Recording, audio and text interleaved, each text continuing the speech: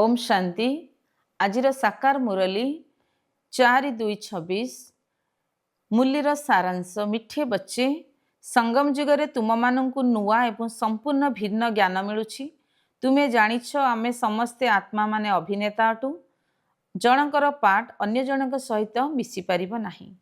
आजिर प्रश्न, माया उपरे विजय प्राप्त करिवा पई तुम रुहानी योद्धा बा क्षेत्रीय मानंकु केउ उपाय मिली जाउछि? उत्तर, हे रुहानी क्षेत्रीय माने, तुम्हें सर्वदा श्रीमतरे चालू थाओ। आत्म अभिमानी हुई बाबा को मने पकाओ।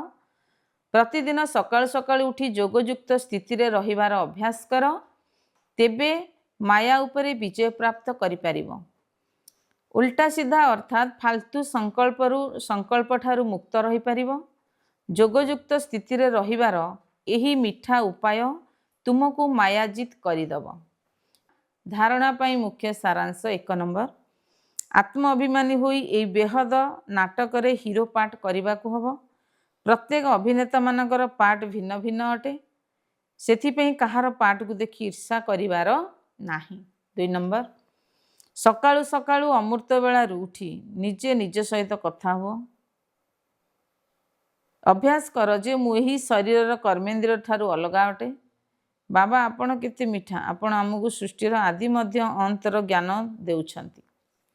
आजिर वरदान, बाबांकर संस्कार गुड़ी को निजर व्यक्तिगत संस्कार रूप में जमा करुथिबा व्यर्थ बा पुराणा संस्कार गुड़िक मुक्त हुओ। डिटेल्स, कौनसी भी व्यर्थ संकल्प बा पुराणा संस्कार विनाश, पुराणा संस्कार संबंध देह विमान सहित रही एवं आत्मिक स्वरूपर संस्कार बाबा समान होइथिबो। बाबा जेपरी सर्वदा विश्व कल्याणकारी अटे, परोपकारी अटे, दयाशील एवं देहधारी अटंती, सेगुड़ी को तुम मानकर संस्कार मध्य बाबा समान स्वाभाविक हो जाऊ। तेबे संस्कार रे परिणत होबार अर्थ होला संकल्प। वाणी कर्म सेई अनुसार चली थाए, कहीं ना जीवन रे संस्कार एक बादी एक चाबी। तेणु जीवन रे संस्कार एक चाबी परिणत होबार अर्थ है संकल्प, वाणी, कर्म से अनुसार चलवा। कहीं ना जीवन रे संस्कार एक चाबी अटे, चाबी सदृश अटे, जहाद्वारा मनुष्य स्थिति ही से भली हेबाकु लागी चली थाए। आ मेहनत करिवार आवश्यकता न थाए। आजिर स्लोगान, आत्मिक स्थिति रे स्थित रही निजर रथ अर्थात शरीर द्वारा कार्य कराउथिबा आत्मा माने ही सच्चा पुरुषार्थी अटंती। अव्यक्त इशारा, एकता एवं विश्वासर सहित विश्वासर विशेषता द्वारा सफलता संपन्न हुओ।